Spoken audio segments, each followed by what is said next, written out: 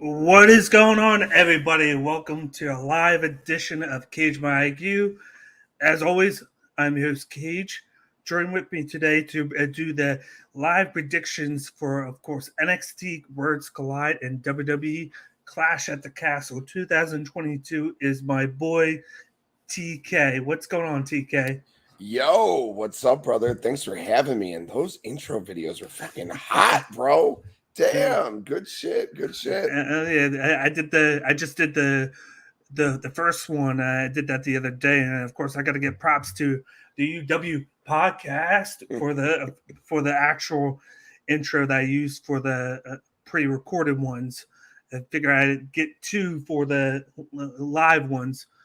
But let's get down with this, man. Let's break down these two uh, pay-per-views that we got this weekend. We got a loaded wrestling weekend this Labor Day weekend. We got two comments to start out. We got my boy King of Cleveland. He said, "Yo, this he's very good with his knowledge of wrestling." So I'm interested to see what his takes are for these two pay-per-views. And then we got Joel Embiid 420 coming in on Twitch, chiming in. Thanks for chiming in. We'll go match by match with this. We are doing Clash at the Castle and Worlds Collide.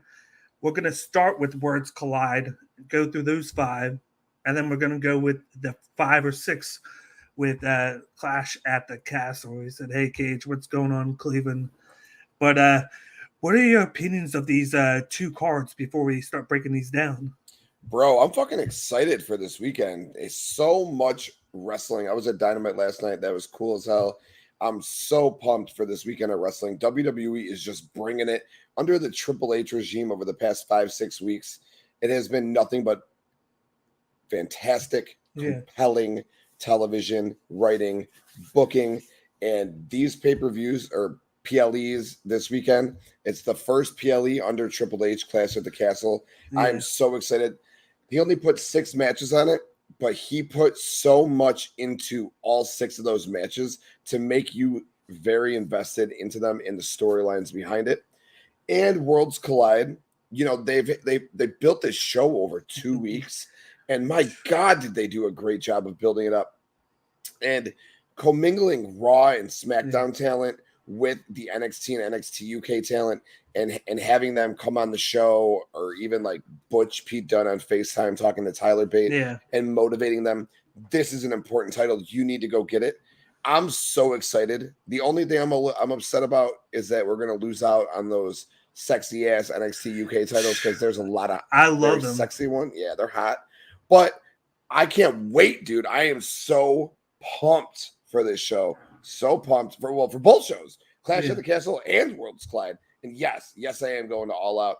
I was at Dynamite, like I said, on Wednesday. My voice is, I'm always a little bit raspy, but my voice is extra raspy. I was screaming like crazy, and I'll be screaming like crazy on Sunday. And I'll be watching Worlds Collide before I go to All Out. So I think I only have one nitpick, and it's really not that bad because it was just the product of the scenario. And it's the fact that NXT championship tournament still isn't even done. I think the finals between Bate and Trent Seven is going to be. I think it was either. I think it's next week, because they just did the triple threat match between Presley and the other two women. The names are. Oh, they're still airing NXT UK. Oh, that's really silly. I figured they would just like ixnay that program. Yeah, no. I think they were finishing up with the last 2 weeks that they have. I think next week is the last week where they crown him the champion. So a lot of people are going to kind of either not tune in, or they're going to be like, "Geez, Tyler Bate is the champion here, but he's not on NXT UK." And then you're going to have a unified champion crown before you even air that. So it's going to just make things crazy. So I would have just not showed it, but I get why. You want to get the views. You already taped it. You want to just put it out, and then since it's not going to be out again until 2023. Yeah, I get your nitpick. Okay, perfect. Then it ended today. Good. Yeah, they shouldn't. If they discontinue the program altogether, then they shouldn't be airing it. It sucks that they did it only because they couldn't tape at BT Sports because of everything coming back with the pandemic.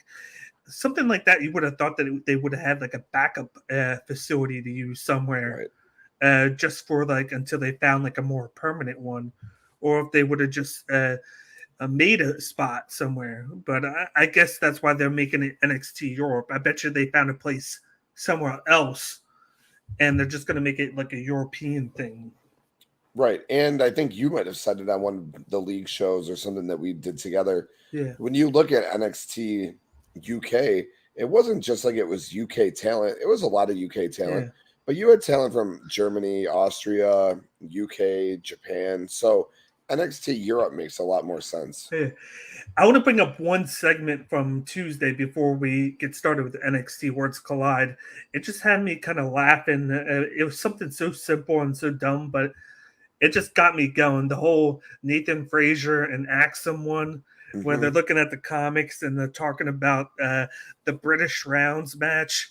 And it's like, you wouldn't know what it's like, yada, yada. And we all know that Axum is a kid and he's the former champion, Heritage Cup champion.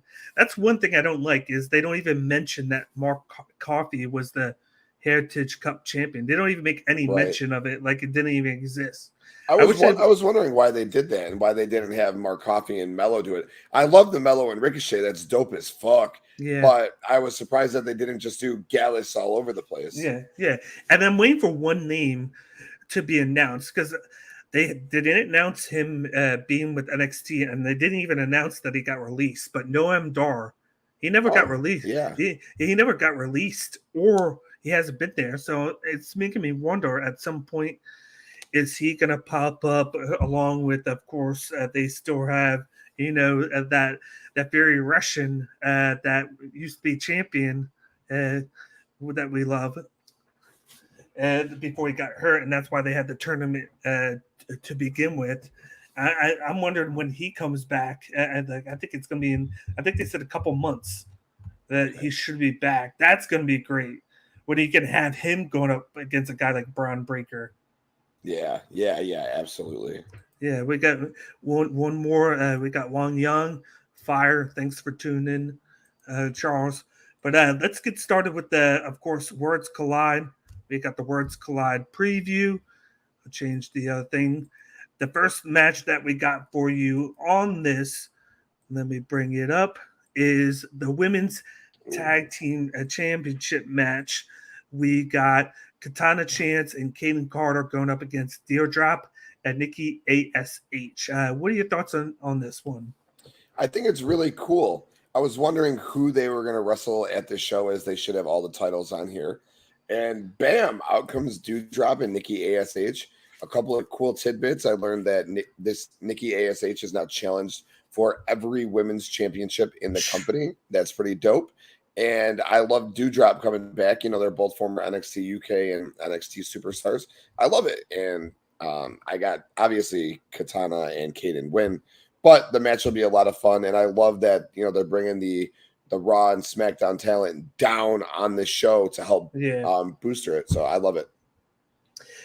Yes, so do I. And then it's kind of, it is weird, but Doudrop is from NXT UK, but Nikki A.S.H. only did NXT, but she did appear on UK for a couple of episodes, but she is from Scotland, so it makes sense. So I guess it's their way of being like, okay, we're going to have UK talent come down from the main roster and challenge them for the belts to make it kind of like Worlds Collide. It's their way of doing that here. And I like the matchup. I think Doudrop makes it even more better because she's like a brute, like a power woman.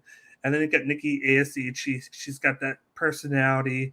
But then you got Chance and Carter. They've developed so well over this past 18 months or 2 years that they've been a tag team. I think they work well together. The moveset, I like their finisher.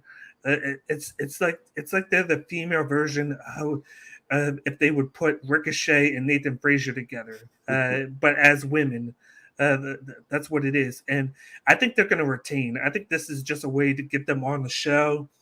get Nikki, A.S.H, and Doudrop some time for championships since they were eliminated early, and then it gives them like a pay-per-view slot since they won't be on Clash.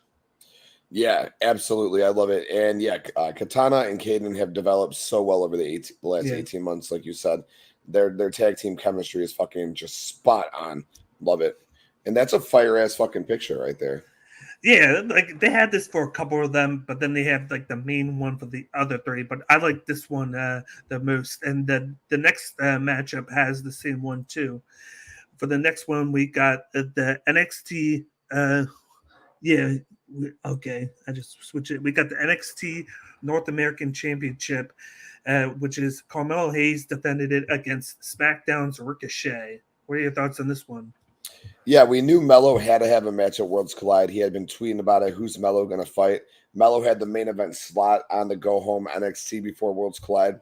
So you knew it had to be someone significant. We knew it wasn't going to be Mark Coffey in the Heritage Cup, who I had no idea. And Ricochet wasn't a fucking disappointment.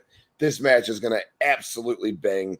It has match of the weekend potential, match of the night potential. And I can't wait for it. Carmelo is definitely going to keep his North American Championship. We had a show earlier today. We did a prediction show on the Wrestling Index, and someone had brought up that they could see this being like when Dolph Ziggler took the belt off of Bron just for a short period of time, and then Bron got it back. And so for like that surprise factor, so maybe I could see that. But I think Melo holds the belt here, and I don't know where we go from here because I think Melo has got to be the guy to dethrone Bron down the road, but that's something we talk about later. That was something I was going to bring up because Bron and Carmelo Hayes haven't been in a segment together or been around each other since the War Games when they were on the same team together. It kind of reminds me of like Lashley and Lesnar when they've been so far apart from each other. They kept them apart for a reason, and it's like, when are they going to cut bait and make this happen? Could it happen at a WrestleMania weekend? Do they wait there and then maybe have Bron Breakker get caught up right afterwards, or do they do it beforehand and do it at like at a premium live event that maybe they do right before Royal Rumble? It's either one or the other. I feel like, because I know they announced that the next one's going to be Halloween Havoc. They're going to be doing a premium live event for Halloween Havoc on the 24th of October. So there's going to be at least two more before Mania hits, and that's what they said. But I'm in agreement with you on this one. I got Carmelo Hayes. He is the A-champ. He's the guy there. It makes sense that it's Ricochet because if you think about it, the IC champions Gunther, the guy that Gunther beat was Ricochet, and then Ricochet was also a North American champion, so he has both. So, and he was one of the best North American champions. You knew it wasn't going to be Gargano, even though everybody was chanting his name because he literally just got called up. So it wouldn't have made any like sense for it to be him. And everybody else that's been North American champion, I feel like, is either gone on AEW or they're not on a roster right now. So he made sense. This is going to probably be the match of the night, I feel like, because these guys are going to just go nuts. You know how Ricochet is with the high flying moves. He's actually improved on his character. I like his new music. I just like his new look now. And then Carmelo Hayes, he has the charisma. He's great on the mic. He's developed so much in this past year. I feel like this is the guy. Like, everybody's talking about Bron Breakker. I'm talking about Carmelo Hayes. I think he is the finished product right now. Well, you said Cena, or you said Lashley and Lesnar. Yeah. I like to think these two are more like Cena and Batista. That's a good one. And they were kind of kept apart from each other on separate shows for the longest of times before they finally collided. These two are going to collide a lot sooner than those two. And there's no one else who can take that belt off of Bron other than Melo. Like, they're destined to have a huge match.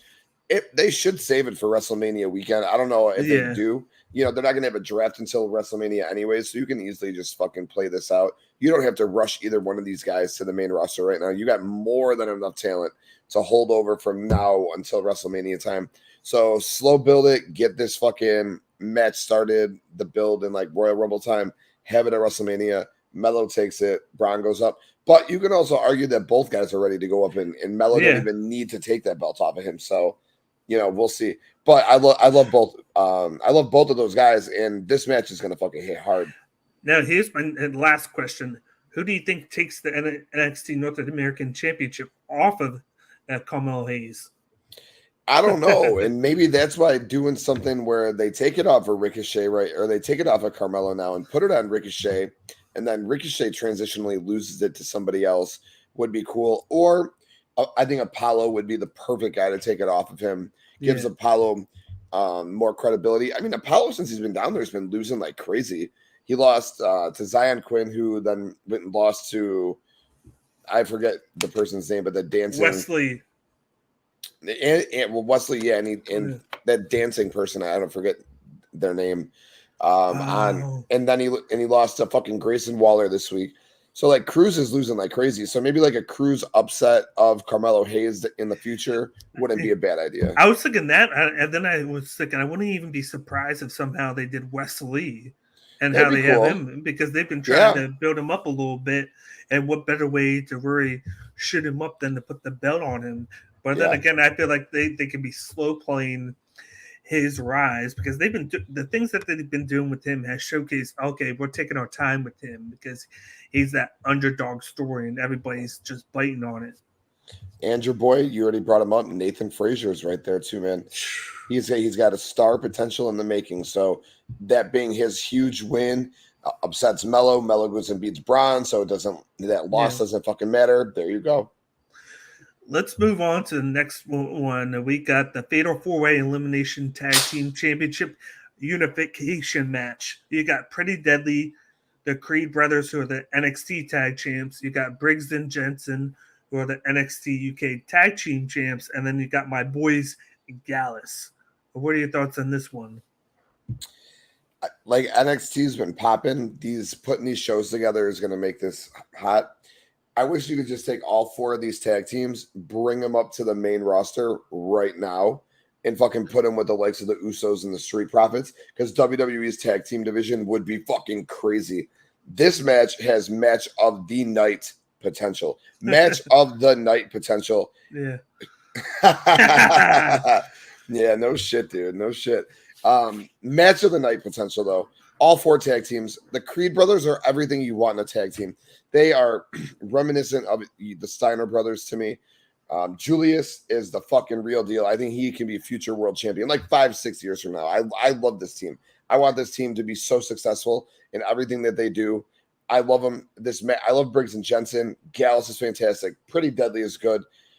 Creed brothers all fucking day. But this match, I think, can be the match of the night.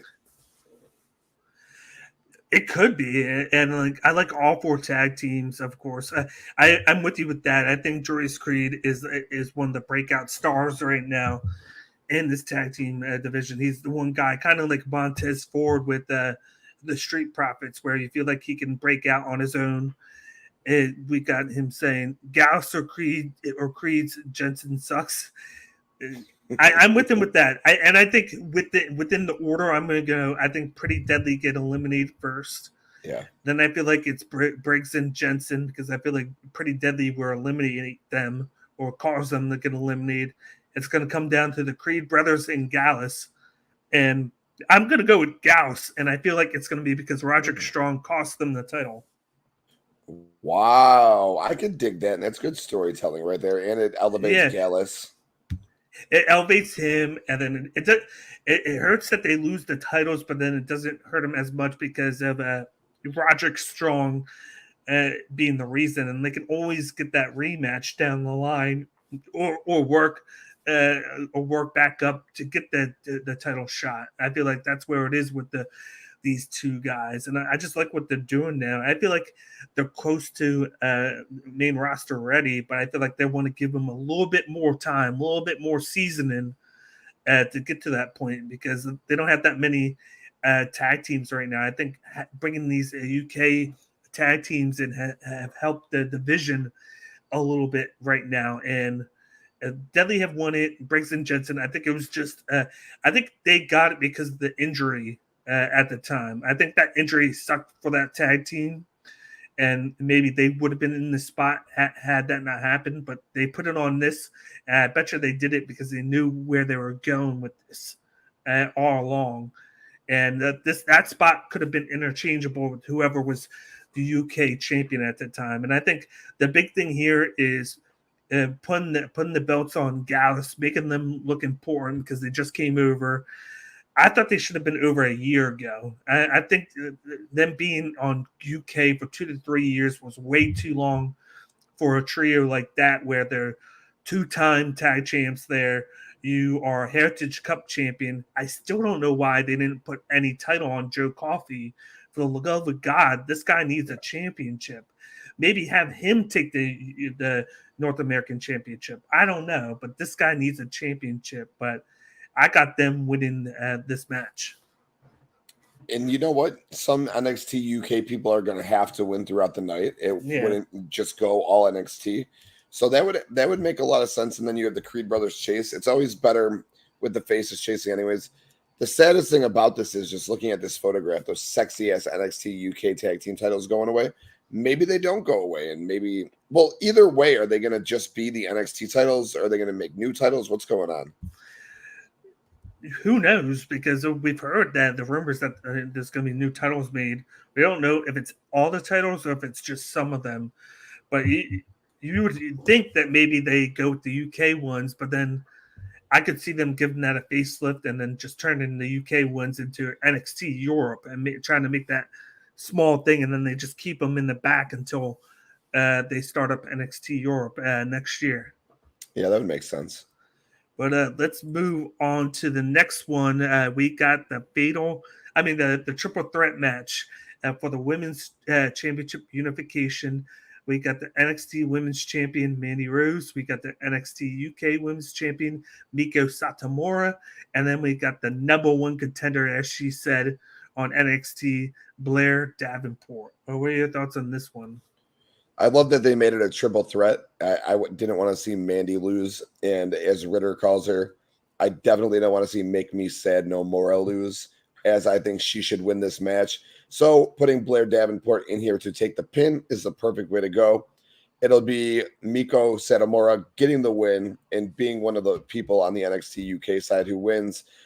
She'll go on, dominate, and be at the top of the NXT UK women's the NXT women's division. Sorry, and Mandy Rose will go up with Toxic Attraction. This one is very intriguing matchup for me, and it's because it depends. Like, Meiko would be my surefire pick, but we don't know if she's going to be a 4-time or not. We don't even know any of that. Like, because she went to the UK for a reason, because she wanted to work, I believe, close to home. It kept her within a flight distance, and she's been there for 2 years. At this age, you would think that she would have just shot up to NXT. We don't know. We don't know the parameters of it. She would be my guess, but then watching those vignettes on NXT where they had the main roster call-ups come up to all these wrestlers and give them like a pep talk, and then have Rhea Ripley come up to Blair Davenport and go, "Don't screw this up," and I'm just like, I don't think she's gonna get pinned. And there would be a good shot of her winning, but it's just like, who's gonna do it? And I'm going to go with Meiko Satomura. I'm going to hope that she stays there 4-time. She keeps the belt. I think Mandy Rose takes the pin because she's going to get caught up and she's going to do the honor of doing the favor since she's going to move up. And then Blair Davenport's going to be like, hey, I didn't even get pinned. And it's going to continue that storyline from NXT UK where it's going to be Meiko versus Blair Davenport down the line. Because they were supposed to have a match, and then they never did. Well, it's supposed to be number 3 because number 2 ended in Davenport getting hurt early in the match. So I think Mandy takes the pin. Interesting. Yeah, that would be fine, too. It's not like Mandy Rose can't fucking afford to lose, for Christ's sake. I mean, she's been a great champion, but she could definitely take an L. I just mean, you got Blair in the match. It keeps Mandy strong. You move her up. Mandy could also claim she never lost. There's a lot of different variables. Yeah. I'm good. I'm good either way. I think Meiko should be the rightful winner here. Yeah. But I'm definitely intrigued by this match for sure. We got Circle of Debate. We got Ivan. What's going on, brothers? About to go live. You guys want to join? I'll send you the link. Most definitely, if we get done in time, I'll definitely come on. So definitely send us a good show. Have a good show until we're done. If you guys want to check out Circle Debate when we get done, just go to YouTube under Circle Debate. They're going to be live talking wrestling. You got Ivan, you got Matt Callis, you got my boy De Niro. Check them out. Subscribe to their YouTube channel and give them a like and comment on that on that video when they go live in a few minutes. My brothers.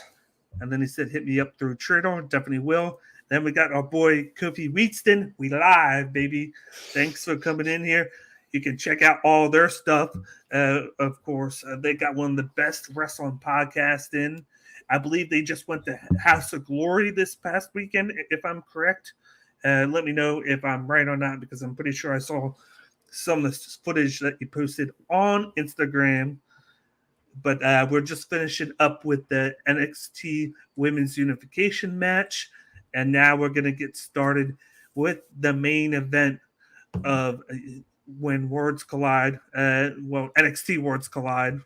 We got the NXT champion Bron Brekker going up against the NXT UK champion Tyler Bate, the big strong boy. And they're going to be fighting for the unified NXT Championship. What are your thoughts on this main event? Dude, I'm fucking pumped for it. We were talking while NXT was on one day. We were watching it, and I was like, when the fuck is Tyler Bate just going to come over at this point?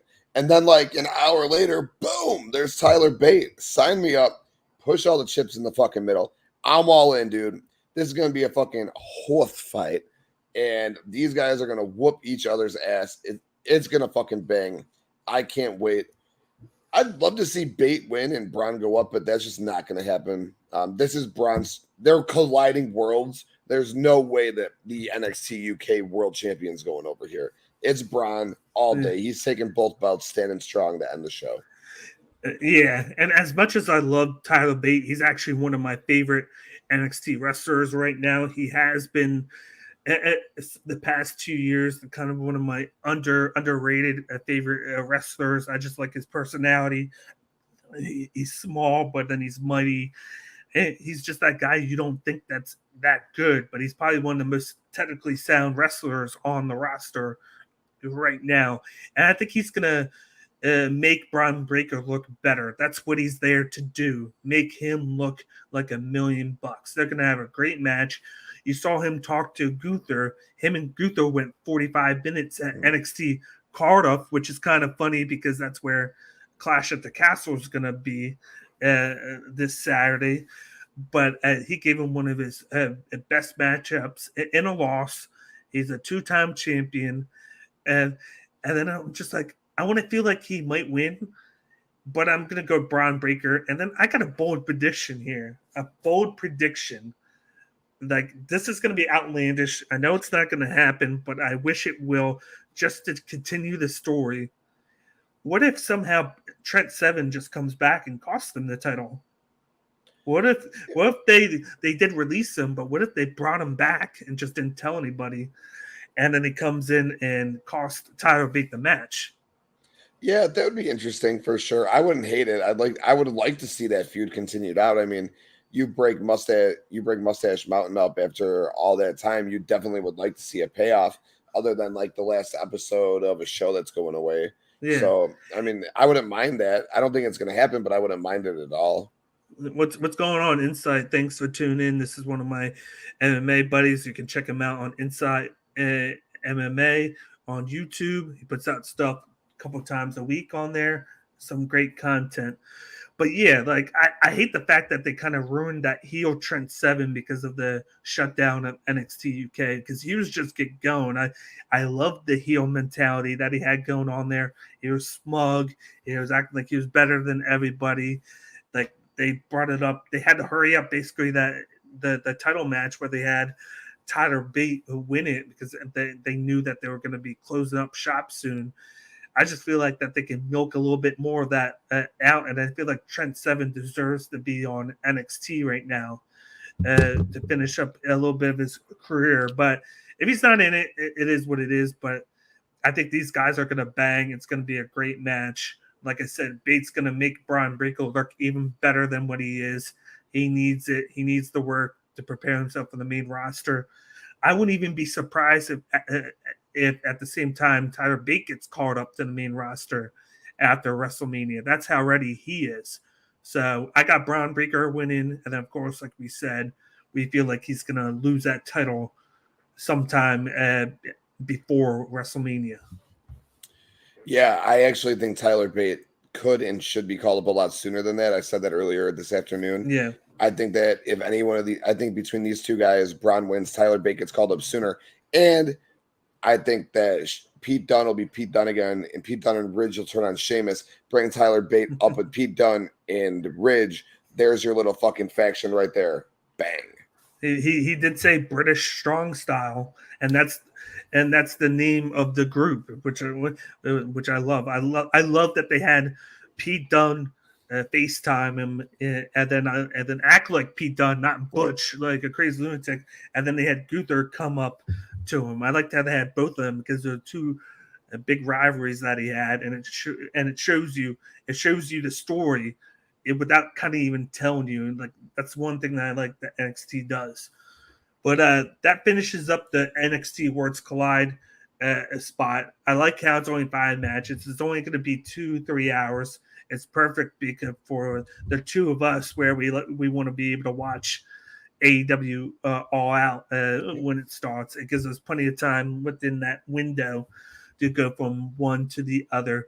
But on Saturday, we got, of course, Clash at the Castle.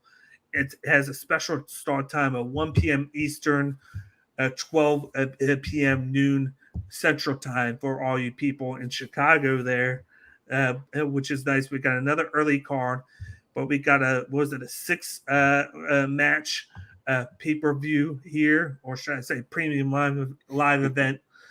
But it's main evented by Roman Reigns versus Drew McIntyre. I am looking forward to this pay-per-view because when it was announced, I'm like, they got to have a couple good matches, and they do. And, of course, we'll get into this one in a second, but the main thing that I am happy about is the motherfucking IC title is getting defended on pay-per-view. You know? Oh, yes. Yes. To me, one of the most important titles in the company. It's finally getting the love that it deserves. It only took 2 years. The last time it got defended was when it was Big E versus Apollo Crews at WrestleMania in Tampa. That tells you how long ago. That tells you how long. And we're halfway to 39. So that tells you how long it's been. It's been forgotten for far too long and only defended on SmackDown. But now it's time. Because of the ring general, Gunther has brought back prestige to the IC title. But the first match we're going to do is the one I want to get out of the way. Of course, we got the tag team match between Rey Mysterio and Edge versus Judgment Day, a.k.a. Finn and Damian Priest. What are your thoughts on this one? Dude, this graphic is fucking sexy as hell, first of all. Second of all, I'm excited for this match. I really thought first of all, Judgment Day got 30 minutes of booking on Raw this past week, which I loved. They really added a bunch of different elements to the story. We got AJ Styles and Dolph Ziggler involvement as well. The untold story here is we got AJ Styles and Finn Balor wouldn't touch each other. They wouldn't strike each other, which was really kind of cool to see. So that's telling a little bit of an extra story there. Then there's the extra layer of Dominic being upset that Ray's going with the experience of Edge rather than taking his own blood on his team.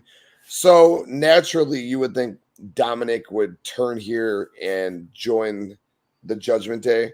But damn, I was talking earlier today, and someone suggested that that Edge and Ray go over the Judgment Day here, And then when they do the 6-person match, when it's going to be Rhea and Beth on each side, that's when Dominic turns. And I think it'll be in Philly and Extreme Rules, which that would be cool too. So I changed my mind. They're overseas. They're going to give the fans the big win. And I think Edge and Ray win this, and Dominic does not turn just yet.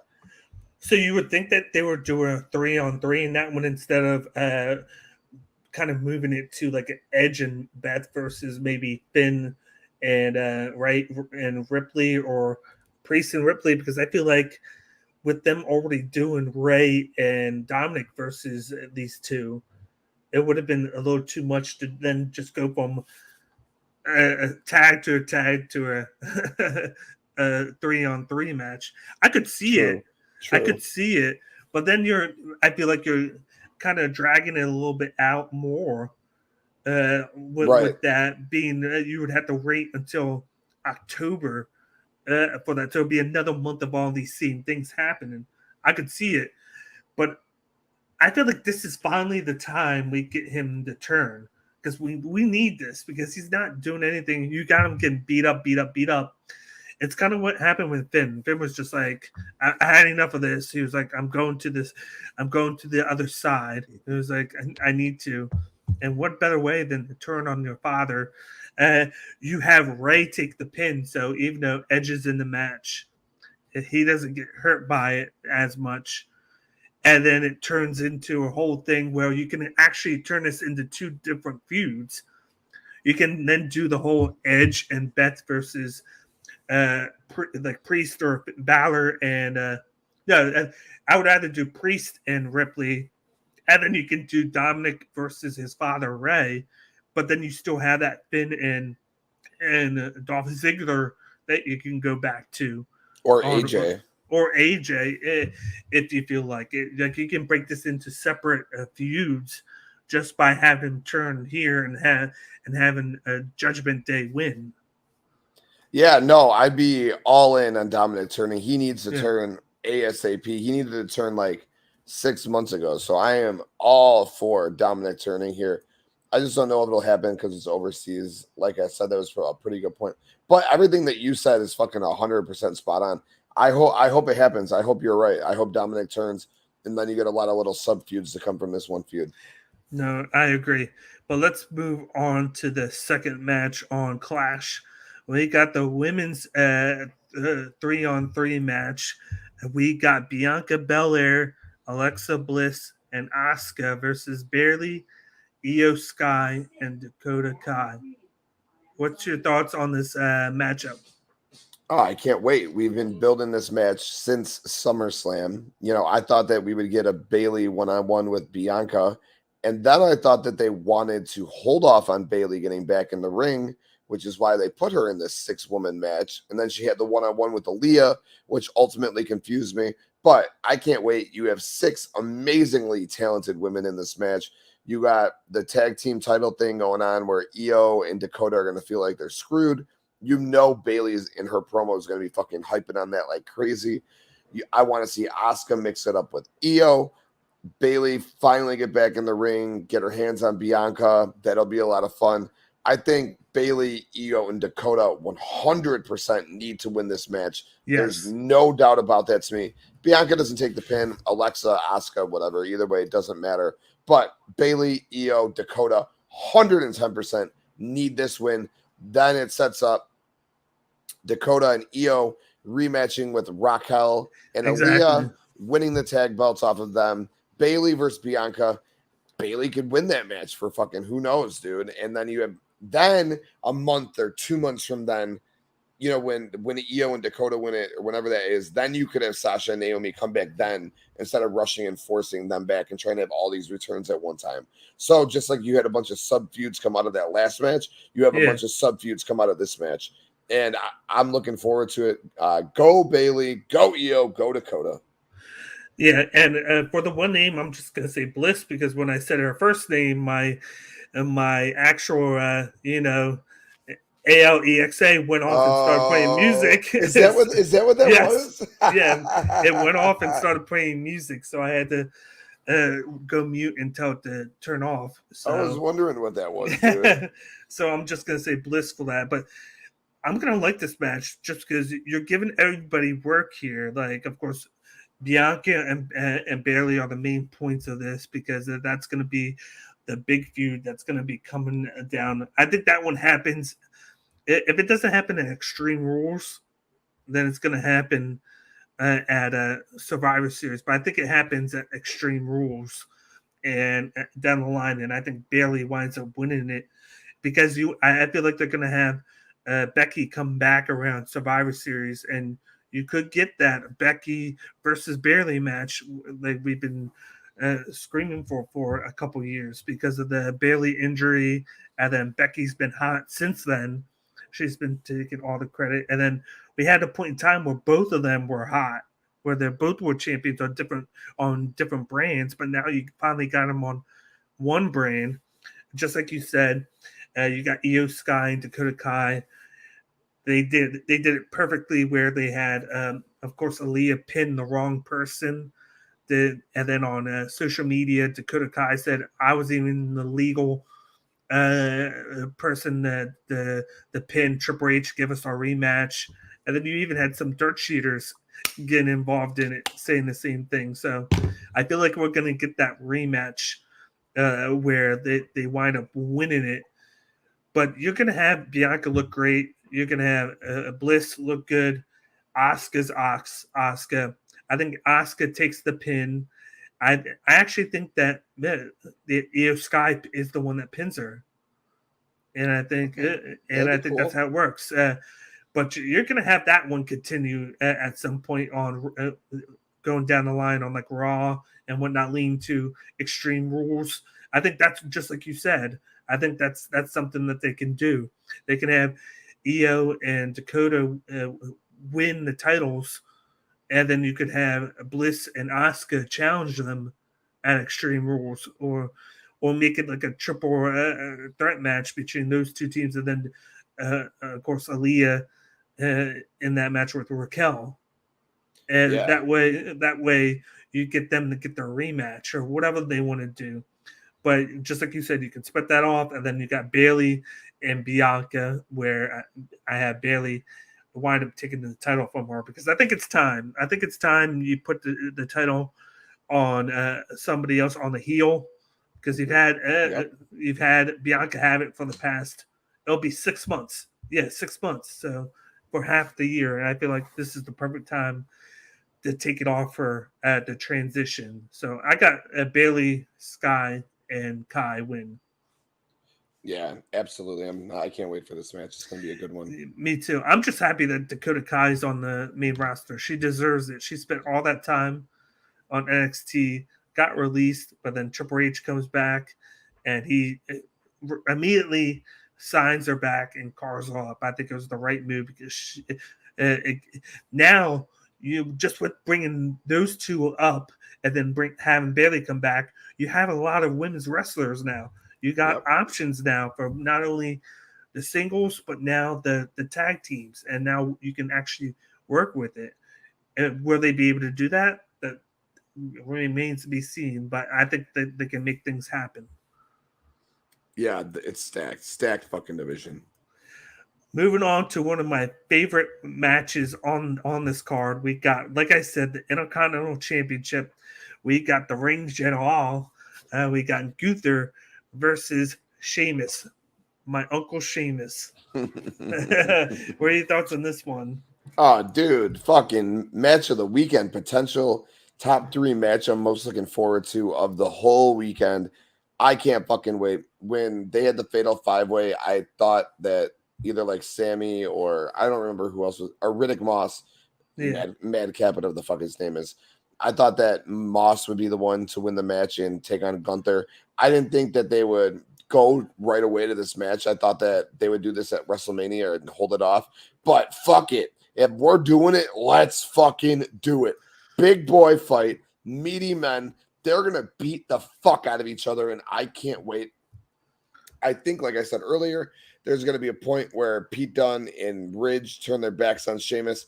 Maybe it's here. Maybe they cost him this match. Yeah. Or maybe just Gunther just beats him clean. Sheamus is an Intercontinental title away from being a Grand Slam champion. He will at some point in his career hold the title. I don't know if it's right now. Maybe they cost him. He feuds with them. He fights Gunther at WrestleMania, and then he takes it off of Gunther in another huge match between the two. I don't know, but it's not going to be right now. Gunther wins, retains. Can't wait for this match, dude. No, there's no way. I know there's been some people that have been like, it's going to be Sheamus, but I said this a few weeks ago. I think at Survivor Series, we're going to get Gunther versus Bobby Lashley. And you got the IC champion versus the US champion. That is the match to make there if you want to do brand supremacy between those two. You get two guys that are legitimizing those belts. You make that a big priority matchup. That match will bang. And in order for that to happen, in order to get to that, you got to have Gunther retain here. This is going to be a great match. But I think Sheamus's his chest is going to be redder than his hair after that match. And I would know because I am as white as he is. But this is going to be a brutal match, a lot of chops, a lot of physicality. I just love how Gunther is looking now. I like how he brings back that he has the robe. He comes out.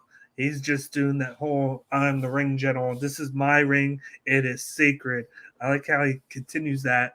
This is the perfect character to ride that title to legitimacy again. And I think the perfect way, just like you said the perfect thing. I want him to hold it all the way up to WrestleMania. Then you could have Sheamus get the rematch and take it off of him. That's the perfect time, the perfect place at the right moment. You have him hold it because as long as you have Gunther holding it, that title is going to be defended at a pay-per-view now. That's my opinion because he's a big character. He's going to be a guy that's going to be a multi-time world champion.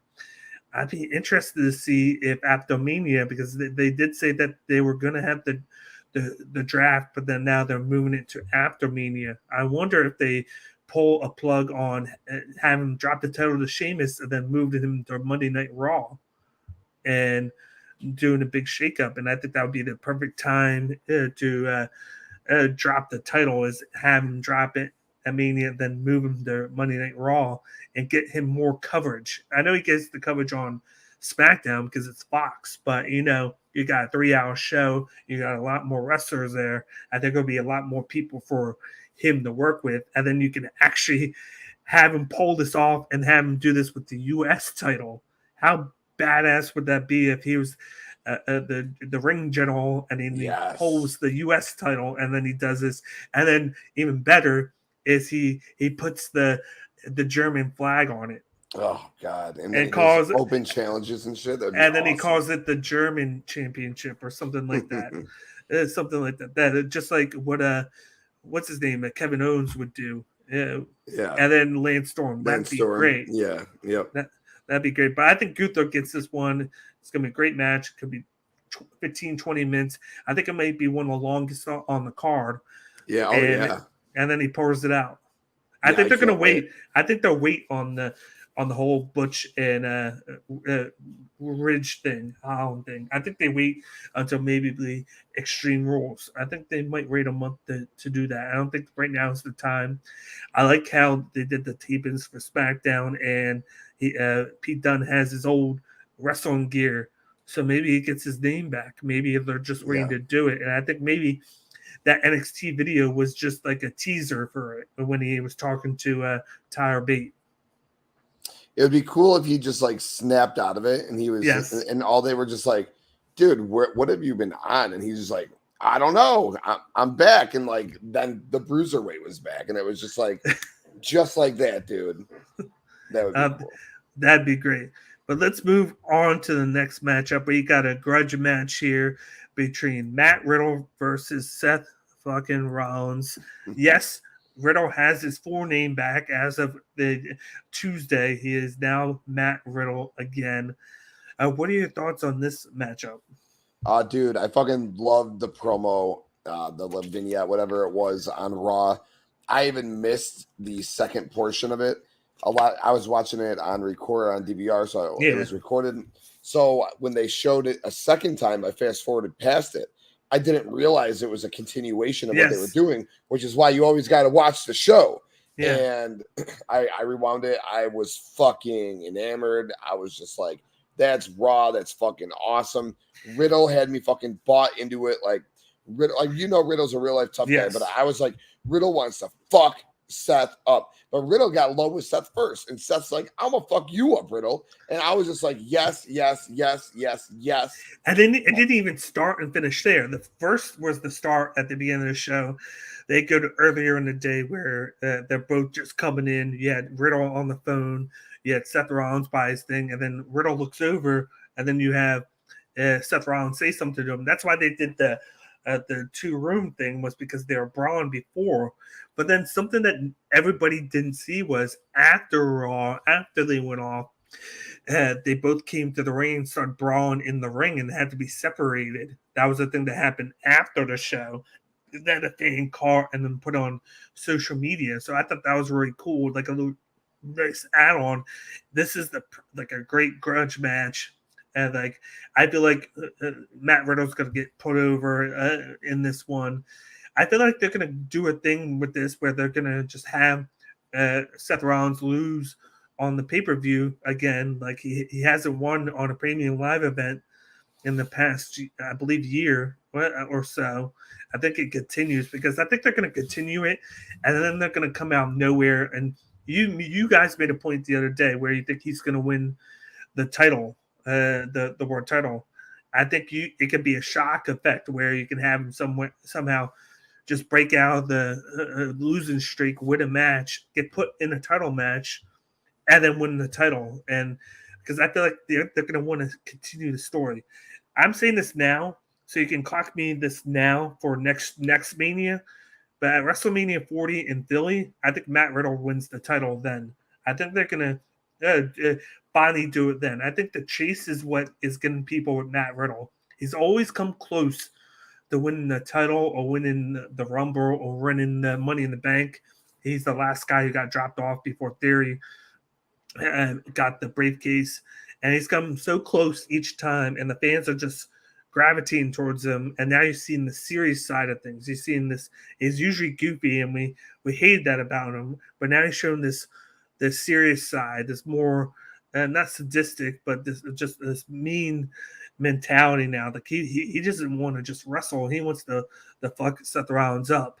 And I think that's what he does. I think he gets him with the RKO, or should I say the RK Bro, and he pulls out. I think the only way that Seth Rollins would win is if Randy Orton returned and cost them the match. But I don't think it's going to happen because I feel like Orton's going to be out for a while. And then when Orton comes back, I think that's when Riddle turns on Orton. And he's like, I don't need you. I've been doing this without you for the past 6 months. And that's what creates this long gap to where he doesn't go for the title because he's feuding with Randy Orton and doing other things until next Mania. So I got Riddle winning this one and getting over on Seth. Yeah, I mean, I hear what you're saying on Riddle. I like Riddle. I think he's fucking awesome. I don't think he's a world champion. Upper mid-carder, sure. Not even like WrestleMania 40. I think WrestleMania 40, they're bringing out all their big guns, and that's just not Matt Riddle. I'm sorry to say that. I think Matt Riddle, U.S. champion, IC champ, go throw down with Walter at WrestleMania 40, whatever. That's cool with me. But I'm not feeling Riddle in the main event of WrestleMania 40. Yeah. But I get what you're saying. Listen, I think it has to be Rollins. He's lost so many times, and I get Rollins could easily lose. And spoiler alert, I think Drew's going to beat Roman, and I think the belts are going to be split. And that's where I said when the belts get split, they do a tournament on Raw or a fatal 4-way on Raw, whatever it is, and Seth wins that. So all these losses in a row don't mean shit. Seth's your world fucking champion. But anyways. The losses don't really matter because he's Seth fucking Rollins. But at some point, he needs to win. And Seth Rollins is here. Riddle is here. Yeah. So at the end of the day, this everything led to us being excited for this match. Curb stomp his head into the fucking ground, end this feud, and go do something meaningful. And Riddle, be you. Yeah. And my last point is, I think that's why Matt Riddle's going to win because Seth's here. Riddle's heel. He needs the boost. Seth can lose, and it's not going to affect him. But Right. if Riddle loses, it's going to affect him. And then what is he going to do then? So I feel like that they want to put him back up there. I don't know what either does afterwards because it all depends on the main event and where they decide to go with that. But yeah, I could even see them continuing this storyline into like an Extreme Rules if the next match. pay-per-view is Extreme Rules, yeah, maybe Riddle wins and Seth gets his win there. Yeah. But I don't know, man. That's with all this. I mean, Riddle's got internet drama all the time, and I didn't look too deep into his internet drama. But with more internet drama coming off, I don't know. Seth, that crowd is going to be humming Seth's fucking song when he comes out. Well, maybe have Seth win here, and then you have Riddle win at Extreme Rules. Yeah, I don't. And then you go a third match because you got to get Seth. Seth's got to win this feud in the end, unless, like I said, they go to the world title thing and they just like fuck off and Riddle gets elevated from it. But whatever, it is what it is. Okay, let's move on to the main event of Clash at the Castle. We got the SmackDown Women's Championship match. We got Liv Morgan going up against Shayna Baszler. Oh, what do you think about this one? Dude, I've been yearning for fucking NXT Shayna Baszler for fucking 2 years, 3 years almost. And finally, after all this time, we get badass Shayna Baszler. I have said Queen of Spades. The Queen of Spades. I have said for years, Shayna Baszler NXT is everything that they want Ronda Rousey to be, plus more. Well, now they got Shayna on the main roster. Well, they got Shayna being NXT Shayna on the main roster. They got Ronda there. You know, I think Liv's got to win because I'd be really upset if she lost this belt already because fans are fucking fickle and they turned on her for whatever goddamn reason. I'm still not sure why they did. I would love for Shayna to win, but I think just Shayna getting the title shot and being this badass fucking person that she was in NXT is huge for her and just getting the rub. So I'm going to take Liv here. I wouldn't be at all surprised if Shayna got the win, and I would not be at all upset if Shayna got the win. I just think it would be a little silly that Liv's losing already because fans are fucking fickle. I'm thinking down the line here. That's what I'm thinking. There's so much things that could happen. We still don't know when Charlotte's going to come back because she's been gone since May. So she's been gone for almost 4 months, which seems like forever. And like I kind of miss her being on that roster because they don't have that many people on SmackDown. They need a little bit more. And as much as we hate her at times, she needs to be there because she is a top talent that will help put some of these like other women over that aren't champions. But you got to have Liv Morgan win this one. I agree with you. I think Shayna Baszler, the Queen of Spades here, is a great wrestler. I think she should be champion. I think she's going to be down the line. I got my theories with that one. I'm going bold prediction. I said this the other day. I think that Ronda Rousey comes and she costs Baszler the championship. Or maybe she comes in, she goes to cost Liv Morgan, but accidentally cost Shayna Baszler the title. Liv rolls her up, gets a pin, just like she always does, and retains the title. Baszler gets mad because Baszler was already mad the other week when Ronda came out and threw the money on the desk, and she told her, "This is not how you do this." And then Ronda said that she's changed, and this isn't the Shayna that she knew. So maybe they go into a program where it's the start of the rift between the two, because I think at some point, I think it would be cool, even though I hate Ronda Rousey and I don't think she's great, that at WrestleMania you have Ronda Rousey versus Shayna Baszler and maybe have it for the title. Yeah, that would be dope. Who would be your face in that situation? that is so tough. Maybe it would be Ronda. Maybe it'd be Ronda. If Rory doesn't matter, because at the end of the day, I would want it to be a situation where they put Shayna over because she deserves it, and that'd be her big moment that she deserves. But I think Liv holds on to the title. Maybe at some point, I feel like next month or Survivor Series, Charlotte comes back and takes the title from her. Even though I don't want it, but I think I think it would be the right thing to do. And then you have somebody take it off of a Charlotte at Royal Rumble. Well, maybe Ronda comes back and goes, I already beat you for it before. Let me take it back. Let me take it away from you again. And they do that. So we go from Liv Shayna to Ronda Charlotte. Puke, man. Puke. I don't know. So any way I can get the title on Shayna when I know it's not going to be on Saturday. No, I don't think it's going to be. Yeah, but it's one of the. Or you could just have her and Ronda fight without the title. You can just have her. You can have that. I mean, yeah, I digress. I think something between those two is going to happen with or without the belt. But at the end of the day, we both have Liv Morgan win, even though we want Shayna to win. Yeah, I'm down either way. I think that Liv Morgan and Charlotte Flair feud would be very good. And if you want to get Liv back over as a big time babyface, there's no one better to put her against than Charlotte, because Charlotte ain't gonna get cheered. No, because everybody else is either getting used or they're not ready yet. Like you're not gonna like, of course, Aaliyah is being used already, or Kel's being used already. The other two, Shotzi and Xia Li, you can't legitimize them getting a shot. Right. And then Natalya, no.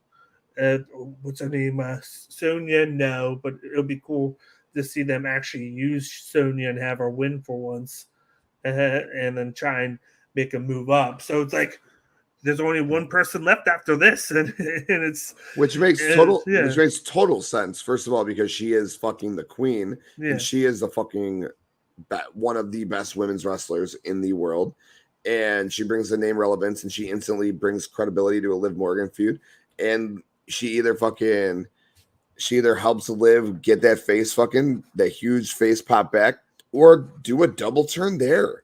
And Charlotte goes face and Liv goes heel. And that's how you do your double turn, What's up, Jofo? Check them out at Jofo in the Ring on YouTube. They got a great podcast. They just went live, I believe, last night. You can find them out on Twitter as well. Check them out. Subscribe to the channel and show them some love. But yeah, what's up, Jofo? But you got to think, though, too. Of course, we talked about this. 2 months from now, you got Survivor Series. What's the chances that we get Bayley versus Charlotte? And I know that we've mentioned this a couple of times, and we really both want Bobby and Gunther badly. But what's the fucking say that they don't scrap this shit all together, dude? Survivor Series to me is traditional Survivor Series matches. Exactly. Like 5-on-5s. You could do a world title match, a women's title match, a couple 5-on-5s. You don't need to focus Survivor Series anymore. And I'm not saying that he's not gonna, but you got a new regime in charge. And there's no, what the fuck is SmackDown? There's no brands. Like the tag champions are one. Roman's, there's one world championship right now. Granted, I think they're going to split them sooner than later. But as of right now, like, what's to say they don't even do that? And I hope personally that they don't do that. But I do agree, Bayley and Charlotte would be absolutely fantastic. They never could have a bad match.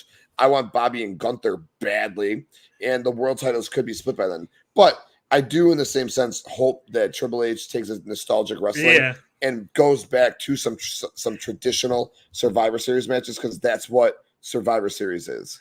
It just brings back the old nostalgia of having them have it be the night before Thanksgiving, when they usually had it.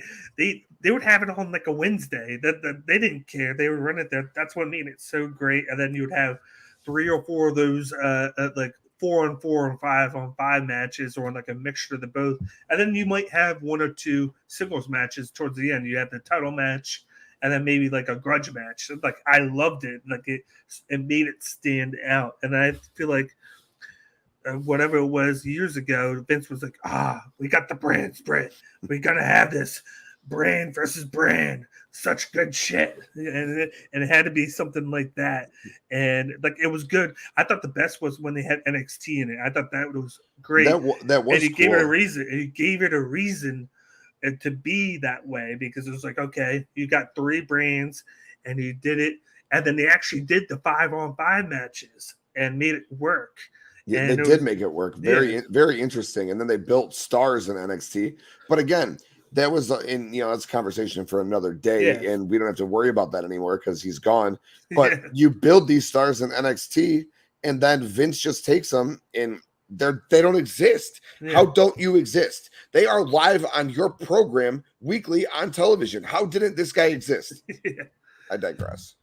So do I, but I think they're still going to do it just because if the leak of the thumbnail is true, they came out with the thumbnail of Survivor Series where it was red on this side, blue on this side. It said Survivor and then Series, and then they had like the line down the middle, and I'm just like, that can only mean that it's going to be the same thing again. I hope I'm wrong.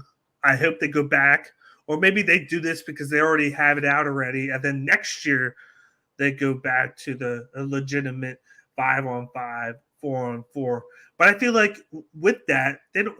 I think maybe the reason they don't is they don't what kind of teams are they going to make? What they don't have these like back in the day when they did have quite a few factions or stables where it allowed them to do it, and that's my only A lot of times don't. back in the day, they would just put random baby faces and Yeah, heels together. And I don't necessarily think that would work in 2022 either. So maybe we can't do that. And, like you just said, you're spot on. They don't have many faces or factions and tag teams to be able to do that. You can have a healthy balance of both. Or if yeah, you're going to have a brand split, just say who the fuck's on SmackDown and let's do the damn brand split. yes, Like, I don't, again, we said right when he took over, we are going to see small, good changes at first, and then long term is where hopefully everything changes. And over the past 6 to 8 weeks, it has been nothing but fantastic stuff. So yeah. keep going. Yep. Let's move on to the main event of Clash at the Castle.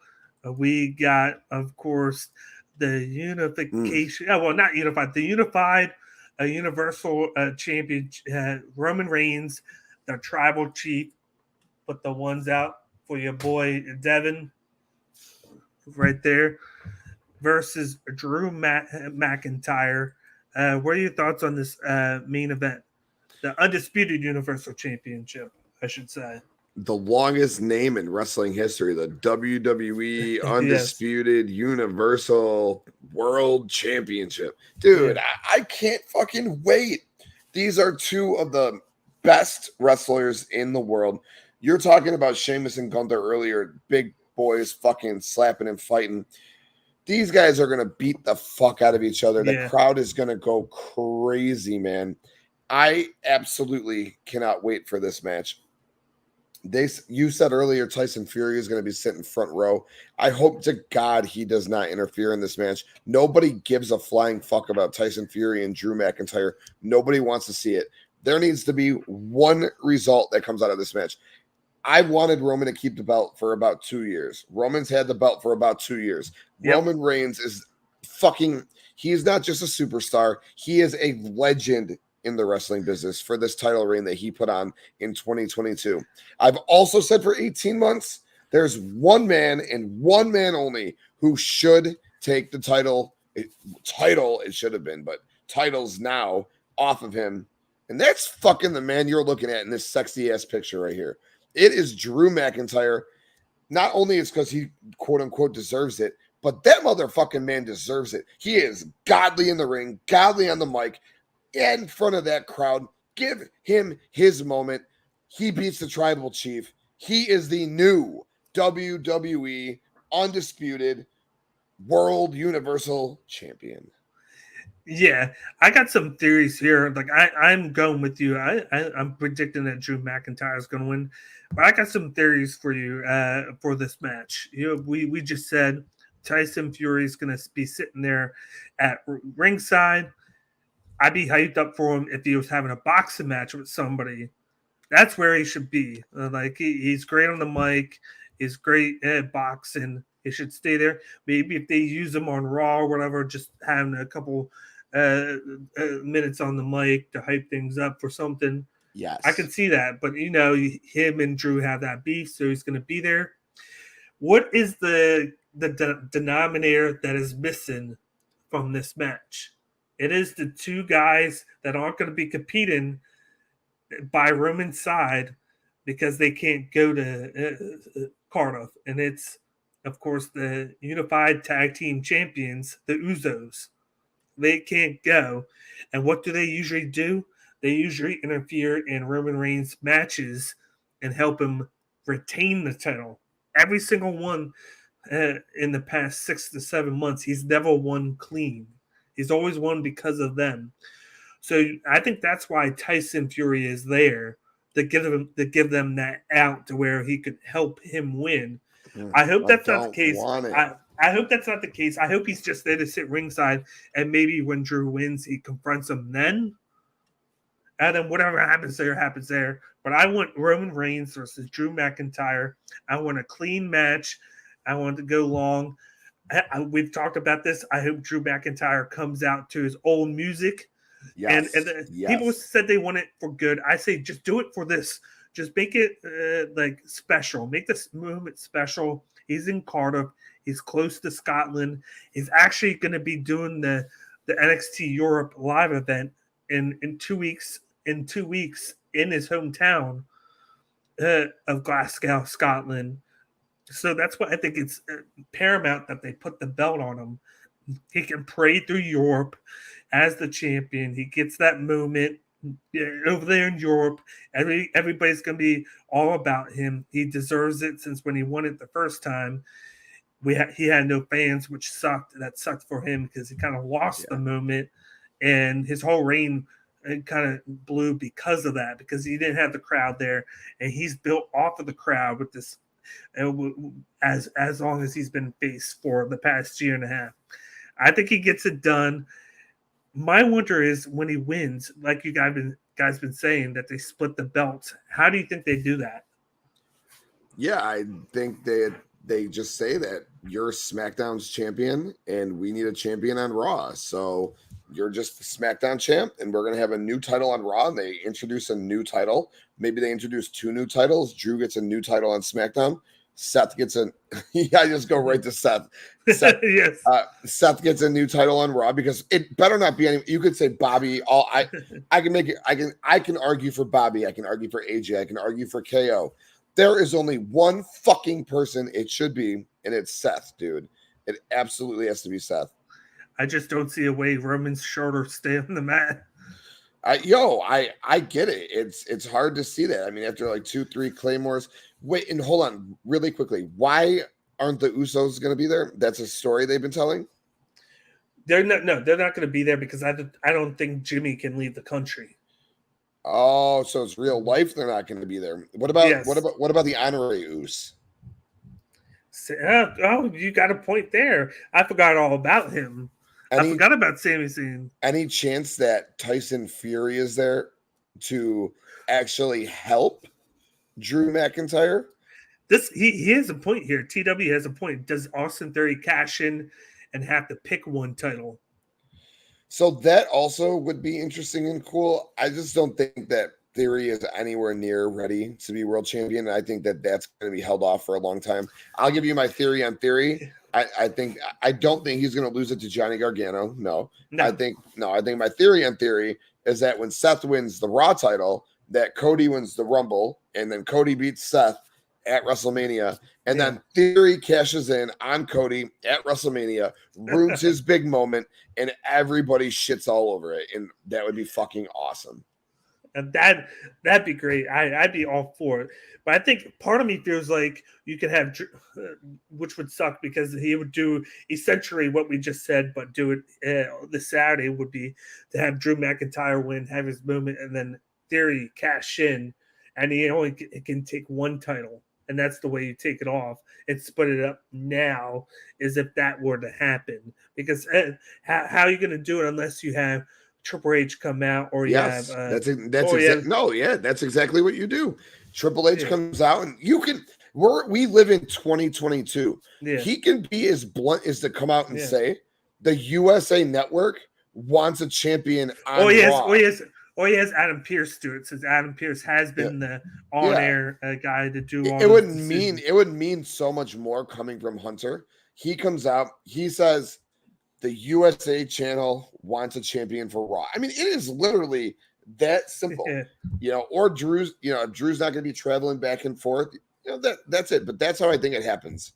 Yeah, especially because it's going to happen down the line, because with the Reigns signed his new part-time deal, he's going to be doing less and less shows.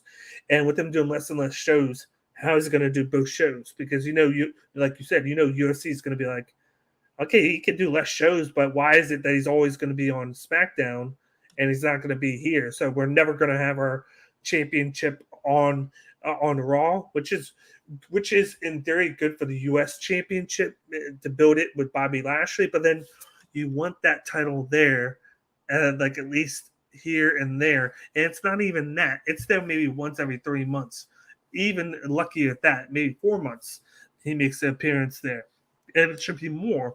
That title needs to mean something, and it's not meaning anything now, and it's giving you a way to take it off of him. So whatever they do, as long as they have a title on both shows now, I'll be happy. Whether they have Theory do it now, or they just have McIntyre win both, and then Triple H come out and then be like, "Oh, I'm taking the titles off. You're just going to be the SmackDown champ, like you were going for, and then I'm going to have a tournament or something for the Raw title." As long as they split them, I'll be happy. But I think this is the time. I know people don't want it to happen, but I feel like it's gotten stale. You're getting the views and everything, but he's not going to be there. That's the thing. If he's barely going to be on TV, and it was getting to the Brock Lesnar range of things where he had the title, but he wasn't showing up for 3 months. And I think you need the title there now. We didn't even talk or mention this guy's name. My buddy Isaac says it 18 times a fucking day. It's like Candyman, Bray Wyatt, where are you? If you look in the mirror long enough, he'll fucking come.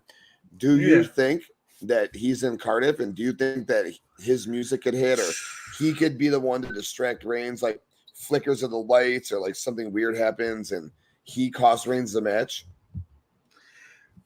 Anything could happen here. I don't even know. This is Triple H who's running it now. Anything goes, I feel like. If you watched NXT Black and Gold, that's what it was. Anything happened. Anybody could go back. And anybody could re-debut, get called up. And then he has that mentality there. And it makes everything exciting again. The product is great again. Just like Brett said earlier today, on your podcast, he was like, I wasn't watching it for 2 years, but now I'm invested in it, and so am I. I was like, I was invested, but once I saw Johnny Gargano back, I was like, okay, you guys got me back for good. You got my boy Johnny number 5. You got him back. I'm happy. That guy deserves to be in the roster after what he did at NXT, and I'm like, I'm hooked again.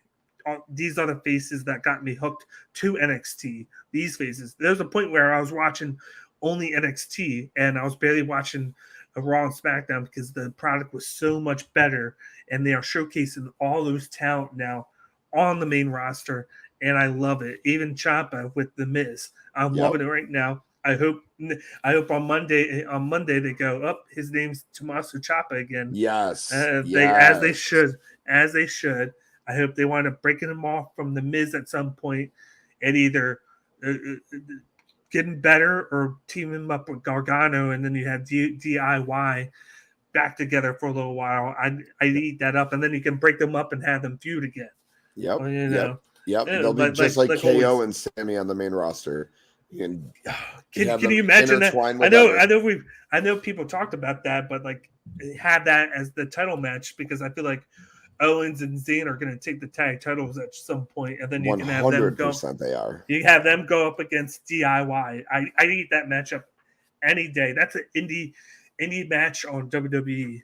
Yeah, I think Ritter fantasy booked that one a couple of weeks ago, and I was like, "Fuck yeah, all in." He's like, break him away from Miz. Gargano goes with him. I really like Ciampa and Miz together. I hope that they stick this out for another couple of months at least. But do you think we'll ever get the way on the main roster? I don't know. They've been teasing everything. Like you got Johnny working with the Theory at the moment with a couple of vignettes. You got Indy Hartwell and Dexter Loomis, and before he got arrested. The only one missing is Candice LeRae, and I'd be interested if she's going to actually go back to WWE. I feel like there should be a 90% chance with Johnny going that should be there, but it depends on where, when, and how. Well, think about this. Indy comes up, which she is. Candice comes back.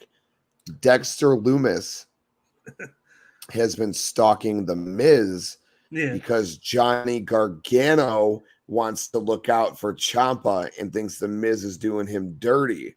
And that way you put them all back by the way, and where is Johnny and where's The Miz from? They're both from Cleveland. Yep.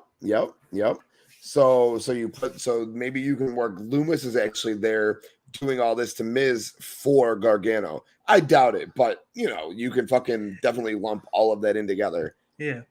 It's stuff just to think about, with wrestling. That's all it is rumors and innuendo. Like Eric Bischoff said, you got a lot of the people talking. You got the dirt sheets out there telling you things, and then people corrected them or confirming or throwing shade. That's what the wrestling industry is. They want to keep you guessing, keep you on your feet. It's athletes that are acting. That's what it is, and that's what it gets me so much. Just like I'll give Ritter his props. He's in it for the soap opera of it. Like that's what gets you at times. Like I tune in for like WWE for the storylines and for the act, and I tune in to AEW because I want to see the wrestling. I want to see him just go and wrestle. And that's why I like both separately. Like I like both. Like I don't need to pick one or the other. I like both, and that's why I do it. But I'm looking forward for the first time in a couple of years. I'm looking forward to the week to week grind of watching WWE. Hell yeah, dude! It's been fucking awesome the last 6 weeks that we've been doing it.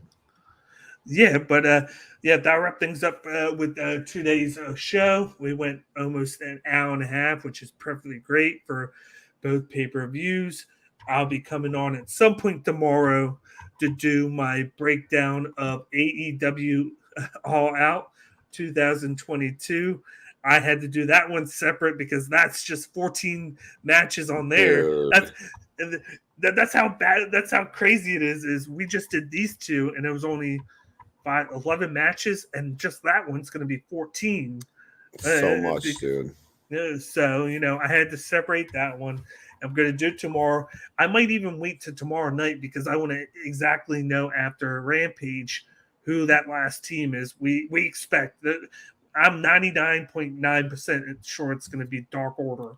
It makes sense. You better wax that ass during the day because we'll be on the league meeting live while Rampage is on. So Rampage. Yeah. So I'm probably gonna do that, and I'm probably gonna just guess that it's gonna be the Dark Order because hint, that's where I think it's gonna win the trios titles. But you can check that out tomorrow. I'll post it on Twitter. Of course, this is Cage My IQ. You can find all my stuff on Twitter at Cage IQ. You can find me on YouTube and Twitch at Cage My IQ. And just hit the subscribe button down below. Smash the like button and give me some comments in the comment section if you're watching this after the fact. And then TK, tell everybody where they can find you at. Yo, yeah, for sure, bro. Thanks for having me on. Fucking absolute great time. Really appreciate it. You can find me, TK, the Wrestling Index podcast on Floor Sliper Sports YouTube, floorslipersports.com, all audio outlets, and Visionaries Global Media Network. Appreciate Chad and what he does very much so. But yeah, check out the Wrestling Index, floorslipersports.com. Exactly. I'm more than likely about to hop over. I just got the link to go into Circle Debate. I just got it sent to me, so I'm more than likely going to hop over there and talk about everything we just talked about now on there. But that's how we do it. We're going to do it tomorrow. We'll do it the next day because we got, just like we said in the beginning, we got a big wrestling weekend here on Labor Day weekend. I even have, at the same time as Clash at the Castle, I got UFC Paris, which is coming on at the same time. So I'm going to find some way and somehow a way to simulcast both of them at the same time. And then I got to rush after that over to a fantasy football draft after both of those are done. That's why I'm happy that they're both on at noon and 1 o'clock. Good. Because it gives me ample time to watch both. Then of course we got Worlds Collide on Sunday at 3 p.m. Central, and then we got AEW All Out, which TK is going to. That is baby. Sunday. The pre-show starts, I believe, at 6 or 7 o'clock Eastern, which is in the morning. 6. In the morning, because they have 25 matches. So yes. we'll be watching Dynamite for 18 hours. We'll be watching All Out for 18 hours. Yeah. So it's going to be at 6 or 7 o'clock Eastern. So Central Time, it's 5 or 6. And it's likely going to go on to like 12:30.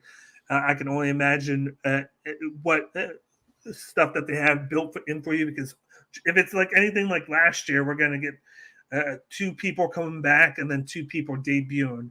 That's just how it works. But I'm going to talk more about that tomorrow with whoever I have on. I got a couple people who asked to come on. But other than that, I am your host, Cage. This is my co-host for tonight, TK. Thanks for tuning in to Cage My IQ. And you guys have a wonderful rest of your night. Thank you guys for tuning in and chatting with us.